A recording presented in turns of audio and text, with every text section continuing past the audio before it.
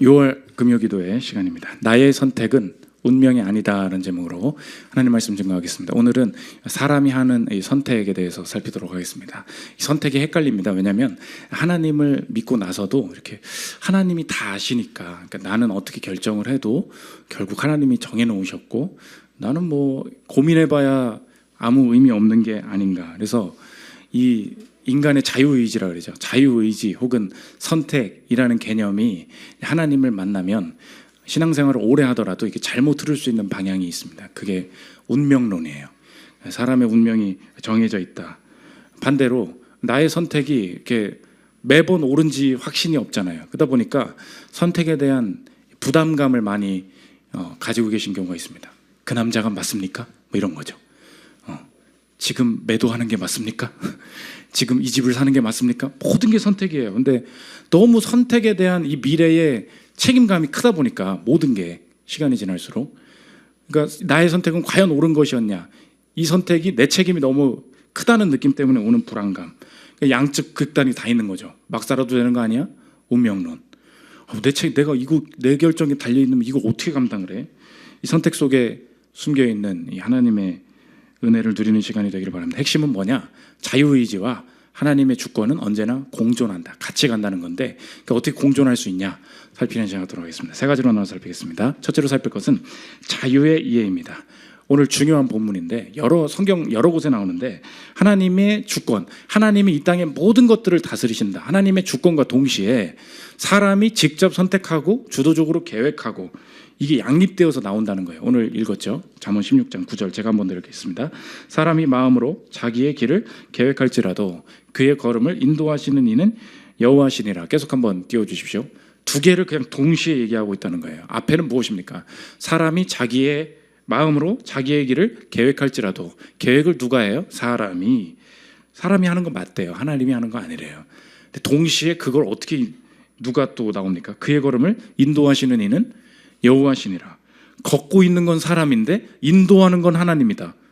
더블이잖아요. 지금 걷고 있는 건 사람인데 하나님이 같이 거기 걸으시면서 인도하신다. 이게 왜 많은 사람에게 어려움을 주느냐? 운명론으로 흐르기 때문입니다. 보십시오. 결국 하나님이 그렇게 결정하셨기 때문에 저는 죄를 저지를 수밖에 없었던 거예요. 뭐라고 말할 거예요? 여러분 주변에 그런 사람들이 나타난다는가요? 이 삶의 그 열정을 잃어버린 분들 만나보면 이렇게 말해요. 목사님, 하나님이 우리 가정을 이렇게 가난하게 하셨기 때문에 저는 부자가 될 수 없었던 거예요. 하나님이 하시는 거라면서요. 저는 책임이 없다고. 하나님 책임이나. 그러니까 나의 모든 지금 벌어진 상황들을 하나님 탓하면서 합리화시킬 수 있다. 왜? 하나님 주권이 모든 거니까.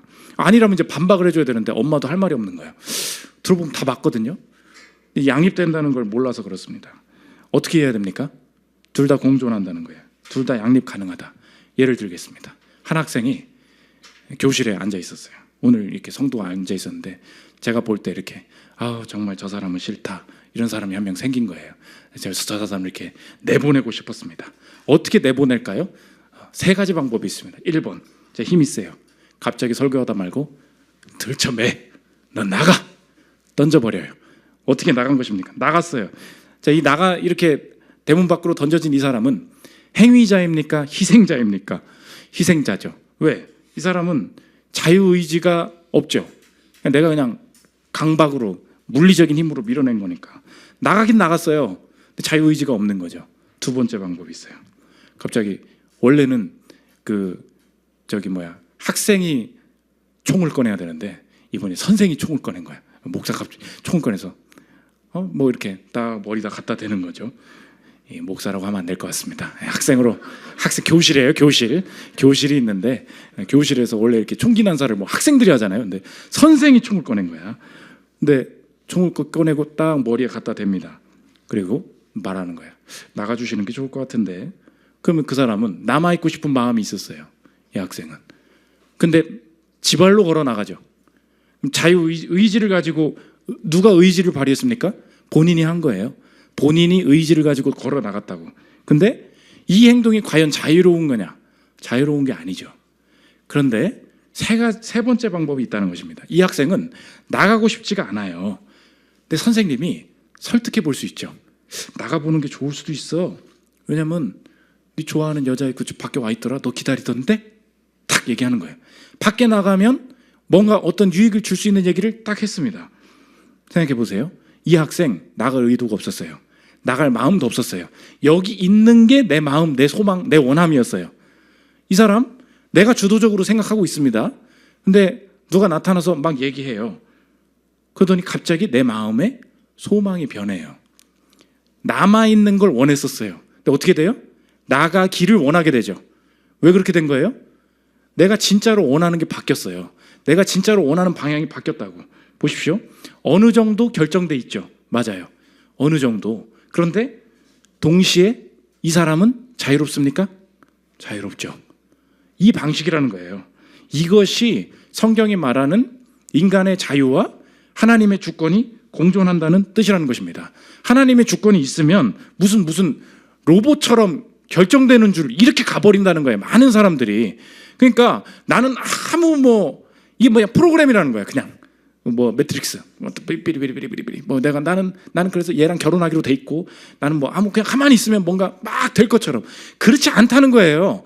하나님이 선택할 자유, 고민할 자유 다 주셨다는 것입니다. 그러면 하나님이 어떻게 움직이셔요? 하나님이 강박적으로 삐리삐리 이게 아니라고요. 옆에서 설득하시고 말씀하시고.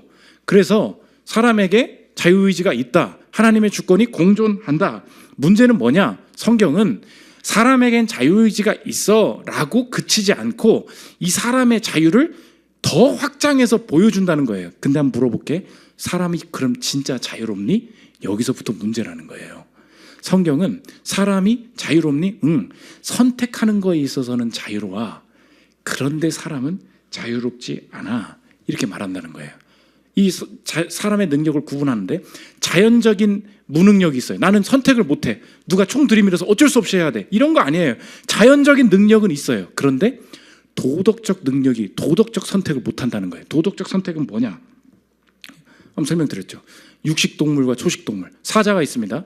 사자는 풀을 먹는 걸 선택할 수 있어요. 그렇죠? 절대 안 먹어요. 왜요? 육식동물이라서. 안 끌린다는 거예요. 사람에겐 자유가 두 가지가 있어. 선택할 수 있는 자유가 있고 도덕적인 자유가 있어. 이렇게 말한다는 거예요. 성경은 자유를 더 넓게 끌고 간다고. 그래, 선택할 수 있는 자유가 없다고? 그렇지 않아. 사람은 선택할 수 있어. 사람은 자유로워. 근데 자유롭니? 물어보는 거예요. 무슨 말이냐? 육식동물이 풀을 먹기로 선택은 할 수 있다고. 절대 안 먹는다고. 왜? 내가 마음이 싫거든요. 그래서 사람은 자유가 없다는 거예요.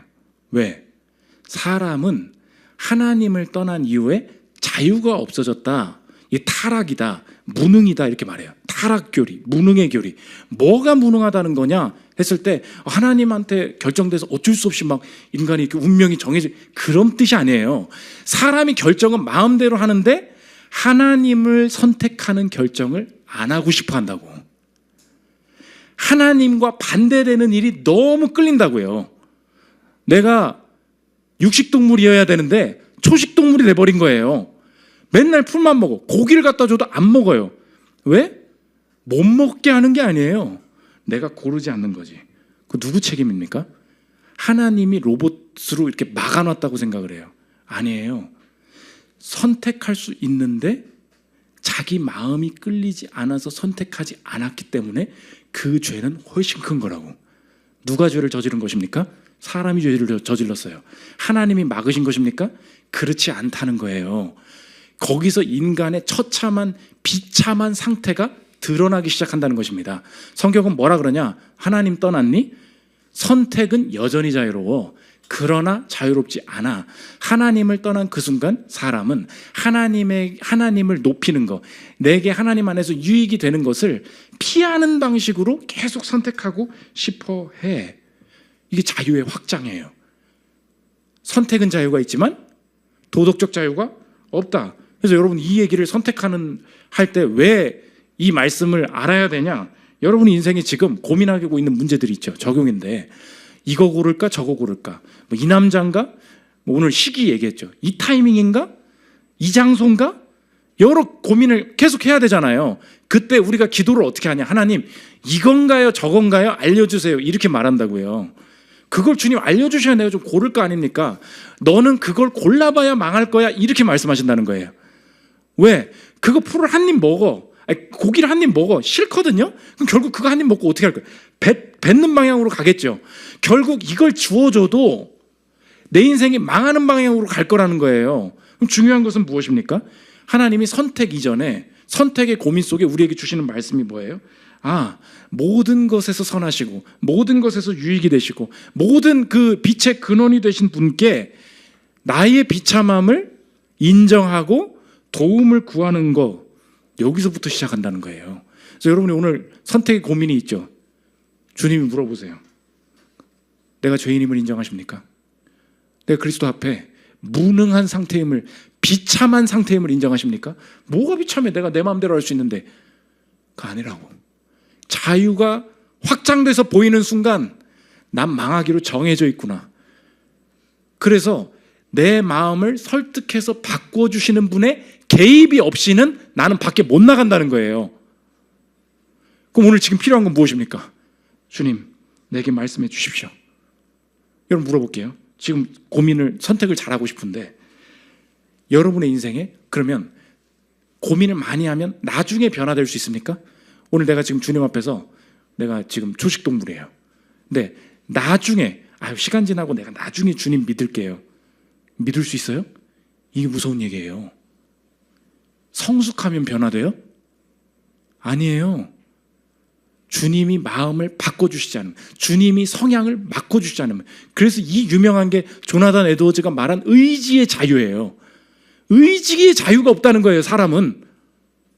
선택의 자유는 있는데. 또 물어볼게요. 무언가 좀 더 많은 정보를 얻으면 좋은 선택을 할 수 있습니까? 나갈 수 있어요? 문은 저기에 있어. 알려줬어. 나갈 수 있어요? 못 나간다는 거예요. 마음이 없기 때문에. 그래서 오늘 여러분의 인생에 복된 선택을 원하십니까? 내가 하나님을 싫어하고 있던 존재임을 인정하십시오. 하나님이 그렇게 먼저 다가오세요. 주님이 내 성향, 내 끌림 자체를 바꿔주시지 않으면, 이 죄가 내가 좋아하던 게 지긋지긋하게 바꿔주시지 않으면, 내 입맛을 바꿔주시지 않으면 나는 고기를 갖다 줘도 먹을 수도 없는 존재입니다. 철저하게 주님 앞에 이 사랑하는 마음으로 변화될 때, 그때 내 인생이 바른 선택으로 나아갈 수 있다는 것입니다. 두 번째, 선택의 이해입니다. 자유를 이해했죠. 그럼 내 선택 속에 무엇이 포함되어 있느냐?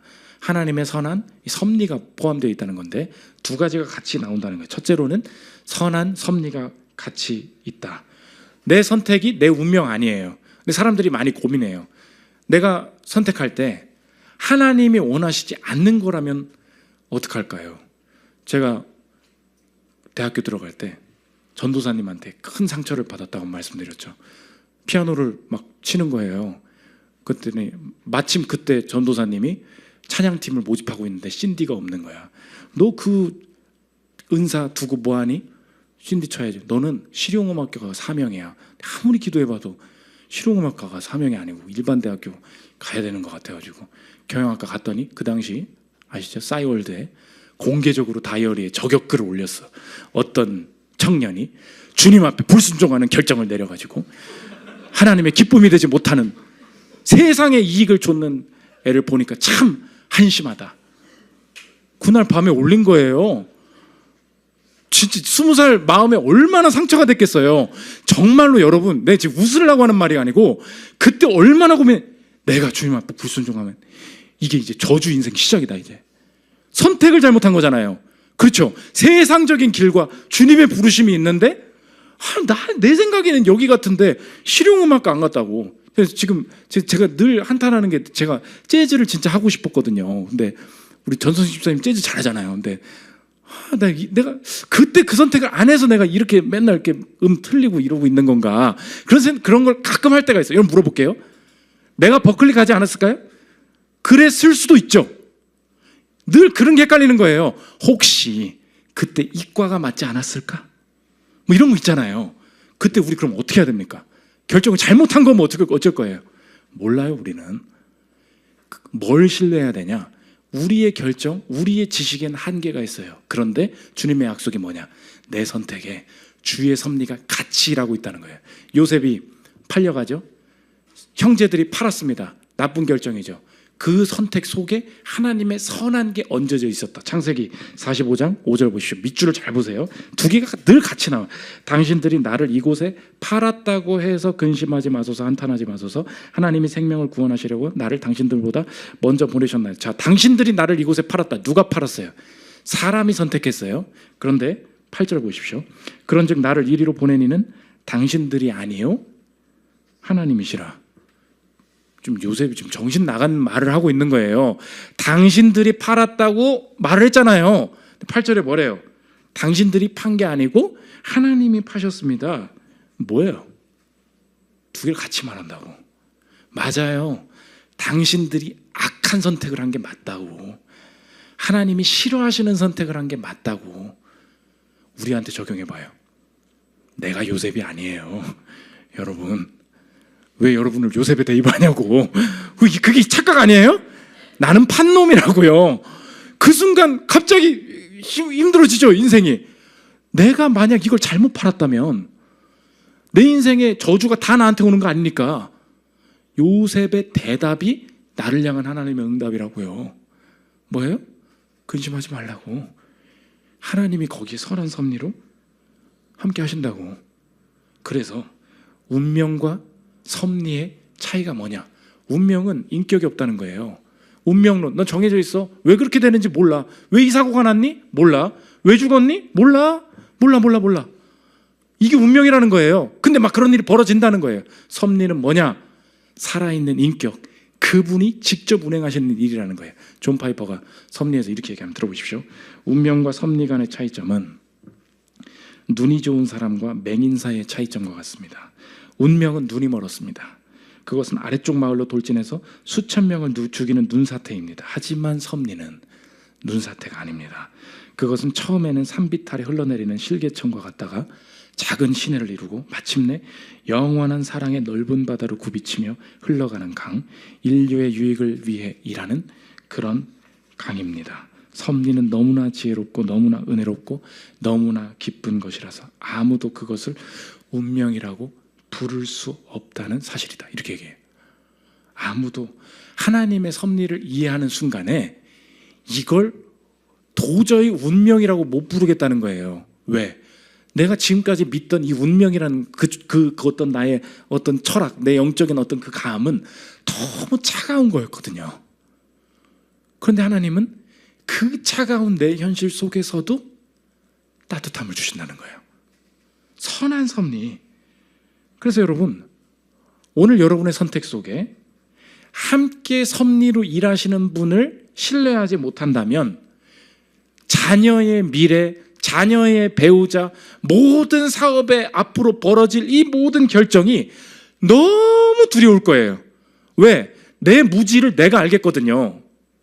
내 결정이 다 옳았습니까? 옳을 때도 있었죠. 문제는 뭐야? 아닐 때도 있었잖아요. 근데 돌아보니 진짜 아니야. 그럴 때 어떨 거예요? 어떻게 할 거예요? 그때 동시에 이 벌어지는 이걸 붙들어야 된다고요. 내 선택에 누가 함께 일하십니까? 하나님의 선한 섭리가 같이 일하고 계시다고 믿으십니까? 그렇기 때문에 내가 열심히 기도해요. 그래서 내가 예민하게 분별해서 결정해야 되겠죠. 근데 하나님의 시선 속에서 완전히 꽝인 결정이었다고 칩시다. 나는 열심히 했는데 그때 괜찮다는 거예요. 왜? 거기 선한 섭리가 함께하고 있기 때문에 이걸 믿을 수 있다는 것입니다. 반대로 여러분의 인생에 모든 게 운명이 결정짓는다 해버리잖아요. 살아갈 열정이 죽어요. 완전히. 왜? 다 결정돼 있어. 그래봐야 뒤질 거야.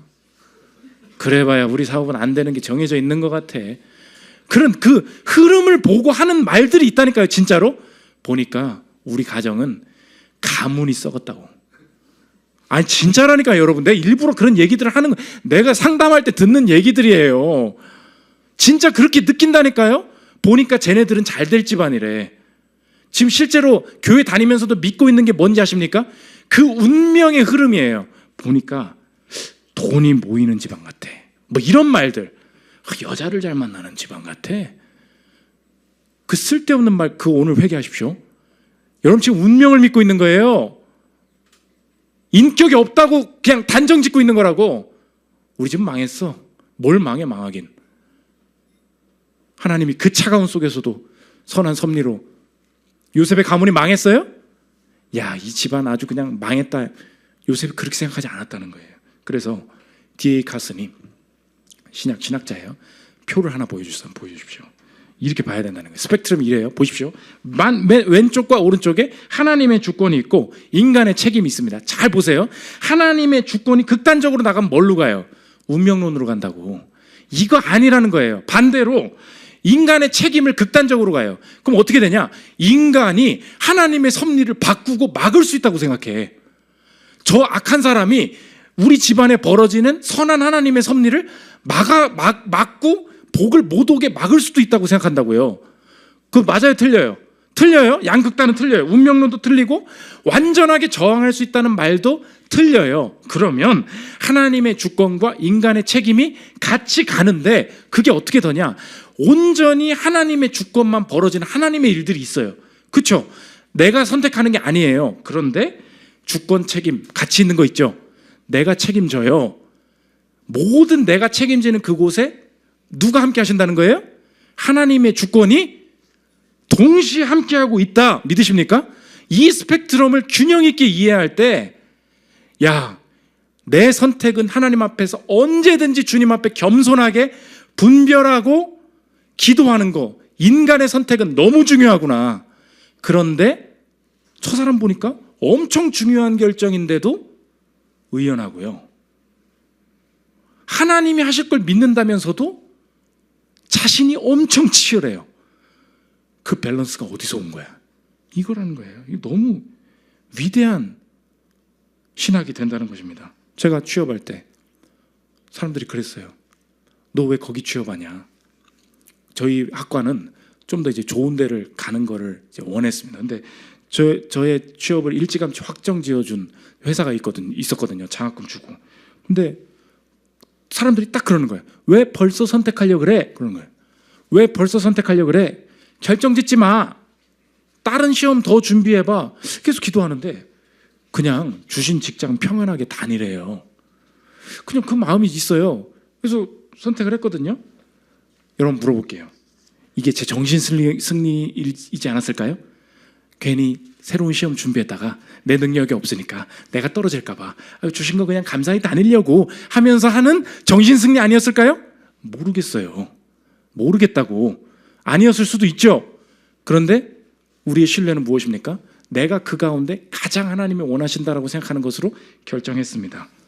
그때 그 선택을 활용하셔서 주권적으로 하나님이 선한 일을 계획하신다. 제가 다른 거 준비 안 하는 바람에 그때 개척 멤버들을 다 만났어요. 하나님은 교회 세우는 그 과정을 준비하고 계셨다고. 하나님의 주권 속에 힘이 있는 거예요. 그래서 오늘 열심히 분석하십시오. 치열하게 기도해요. 치열하게 우상을 제거하십시오. 근데 완전 담대하게 맡기십시오. 이게 섭리의 균형이에요. 두 번째, 악한 현상이 같이 따라와요. 그때 걱정하지 말라는 거예요. 내가 선택하는 것, 선택 못하는 게 있거든요. 내가 도저히 통제할 수 없는 거, 거기에도 하나님의 섭리가 있다. 그럴 때 하나님이 그런 걸 왜 보여주시느냐? 나 깨어있고 나 회개하라는 거예요. 욥기에 보면 사람이 누구한테 해코지하는 거, 그거 하나님 섭리야. 욥기 1장 14절 보십시오. 사환이 욥에게 와서 이르되 소는 밭을 갈고 나귀는 그 곁에서 풀을 먹는데 스밧 사람이 갑자기 이르러 그것들을 빼앗고 칼로 종들을 죽였나이다. 나만 홀로 피하였으므로 주인께 아래로 왔나이다. 욥에게 고난이 닥칠 때 스밧 사람이 갑자기 이르렀다. 이거 누가 보낸 거예요? 하나님 섭리라는 거예요. 근데 이 종 한 명만 살게 남은 거, 이거 누구 섭리예요? 하나님 섭리예요. 사람에 대해서 하나님 온전히 통제하신다. 자연 재앙에 대해서 그것도 하나님이라는 거예요. 욥기 1장 19절 보십시오. 거친 들에서 큰 바람이 와서 집 내 모퉁이를 치매 그 청년들 위에 무너짐으로 그들이 죽었나이다. 나만 홀로 피하였으므로 주인께 아래로 왔나이다 한지라. 바람이 갑자기 불었대요. 누가 바란 분이 그 운명 아니라는 거예요. 하나님의 섭리지. 신명기 32장 39절 보십시오.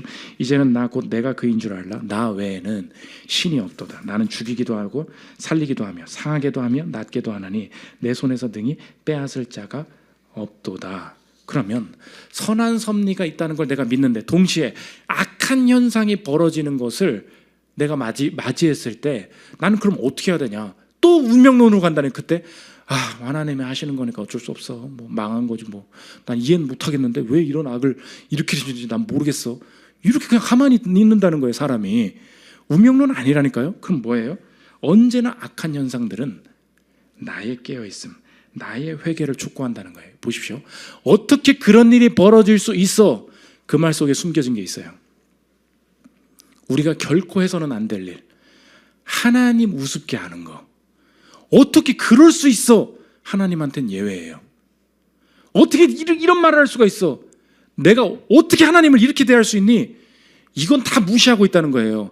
어떤 악한 현상이 벌어질 때 언제나 하나님이 나에게 원하시는 건 뭐냐? 이런 일에 대해서도 이렇게 통곡을 하고 있는데, 이렇게 이거 못한 거 아쉬워하고 있는데, 하나님 앞에서 내가 이렇게 한 거에 대해서는 너무 나 마음대로 살고 있는데 늘 그거 겸손하게 깨닫게 하신다는 거예요. 파이퍼의 얘기 이어서 들어보십시오. 타락한 인간들은 그 범죄의 중대성을 알아차리지 못한다. 하나님은 타락한 사람들의 마음에 너무도 하찮은 존재라서 그 무한한 범죄가 하나님을 최고의 보배로 모시지 않는 모든 인간의 마음을 날마다 지배하는데도 그들이 조금도 잠을 설치지 않는다. 하나님은 이를 알고 계시다. 그러므로 하나님은 그들에게 하나님을 하찮게 여기는 범죄를 가리키기 위해 그 범죄를 신체적 고통과 슬픔으로 심판하시는 것이다. 하나님은 이해할 수 있는 언어로 회개를 촉구하고 계신다. 바로 고통과 죽음의 언어이다. 진짜 고통, 진짜 죽음이 뭐냐는 거예요. 하나님 떠난 그 고통이 훨씬 심하다는 거예요. 그래서 재앙이 나올 때마다 성경은 니네 회개해. 하나님 어디 있냐 그런 소리 하지 말고. 누가복음 13장 4절 보십시오. 또 실로암에서 망대가 무너져 치어 죽은 18사람이 예루살렘에 거한 다른 모든 사람보다 죄가 더 있는 줄 아느냐? 너에게 이르노니 아니라. 너희도 만일 회개하지 아니하면 다 이와 같이 망하리라. 계속 띄워주십시오. 망대가 떨어져서 18명이 죽었대요. 어떻게 이런 일이 벌어질 수 있어? 하나님 대답이 뭐예요? 걔네들이 죄를 더 지어서 죽은 거 아니야. 모든 인간의 운명이 이렇다. 너 회개해야 된다고. 너 말이야. 마지막 파이퍼 얘기예요. 들어보십시오. 그런 고통과 죽음을 바라볼 때 우리가 느끼는 충격은 그런 사건이 발생했다는 사실이 아니라 그것이 아직 우리에게 일어나지 않았다는 사실 때문이라야 한다. 이것이 요점이다. 우리에게는 여전히 회개할 수 있는 과분한 시간이 남아 있다. 여러분, 오늘 질문할게요. 선한 섭리 속에 있었던 악한 현상 경험해 본 적 있습니까? 그게 여러분을 새롭게 했습니까? 한번 물어보십시오. 진짜 주님께 돌아온 사람 있잖아요. 다 하나씩 그거 가지고 있어. 선한 일이 벌어질 줄만 알았는데 와, 인생이 완전히 뒤집어지는 경험. 그게 내 인생 망하게 할 줄 알았거든요. 완전히 깨어나게 하는 거예요. 내가 주님 앞에 서야 되는구나. 마지막 세 번째, 유익의 보장입니다. 우리의 선택을 사용하시는 하나님, 내게 유익을 주실 것을 어떻게 확신할 수 있느냐? 완전히 하나님 죽이는 선택을 통해 하나님 죽인 그 자들을 구원하는 주권을 보여주신 분. 마지막 선택 잘못한 사람이 있어요. 신약에 누구예요? 빌라도죠. 어떤 선택입니까? 예수 살릴래? 바라바 살릴래? 선택이에요. 마지막입니다. 마가복음 15장 11절 보십시오. 그러나 대제사장들이 무리를 충동하여 도리어 바라바를 놓아달라 하게 하니 빌라도가 무리에게 만족을 주고자 하여 바라바는 놓아주고 예수는 채찍질하고 십자가에 못 박히게 넘겨주니라. 빌라도 선택 잘못했죠. 예수님 살렸어야 되는데 예수님 죽이는 선택을 했죠. 선택을 잘못한 것의 결과는 무엇입니까? 예수를 죽이기로 선택한 자들을 위한 유익을 주셨다고. 여러분, 이것이 인간의 유한한 선택 가운데 우리가 신뢰할 수 있는 마지막 구원입니다. 오늘 여러분, 가끔은요, 내가 빌라도예요. 하나님이 이 선택 완전 이기적인 결정이었다는 거 주님이 아시지. 완전 돈 보고 결정한 거 주님 아시지. 난 이제 망했을까? 이 고민 드실 때 왜 여전히 우리가 구원을 기대할 수 있습니까? 주님 죽이는 선택을 통해서도 그 죽인 자 살리는 결정하신 그 주권, 그 은혜가 내 삶에 흐르고 있고 그 유익을 보장해 주신 분이 나와 동행하고 계시다면 주님 도대체 이게 뭡니까? 내가 내 인생 망하는 결정을 했는데도 날 살리시겠다고요? 그럼 주님 오늘도 은혜 주십시오. 제가 인생의 결정들이 너무 후회스럽습니다. 그럼에도 불구하고 내 인생 계속 살아볼 가치가 있는 것은 망한 선택 속에서도 선한 일 계획하신 그 선택의 능력은 선택하는 내게 있지 않고 그 선택을 사용하시는 하나님께 있기에, 다시 뭐라고요? 이 선택의 결과는 선택의 능력은 선택하는 이 인간에게 있지 않고 그 선택을 사용하시는 하나님께 능력이 있기에 주님이 이 선택 통해 내게 선한 일 일으키실 것을 신뢰합니다. 이 인간의 이 선택과 자유의지와 하나님의 주권을 공존함의 이 아름다움을 깨닫고 주님 앞에 지혜롭게 결정하는 저와 여러분 되시기를 기도합니다. 우리 찬양하고 기도하는 시간 갖도록 하겠습니다.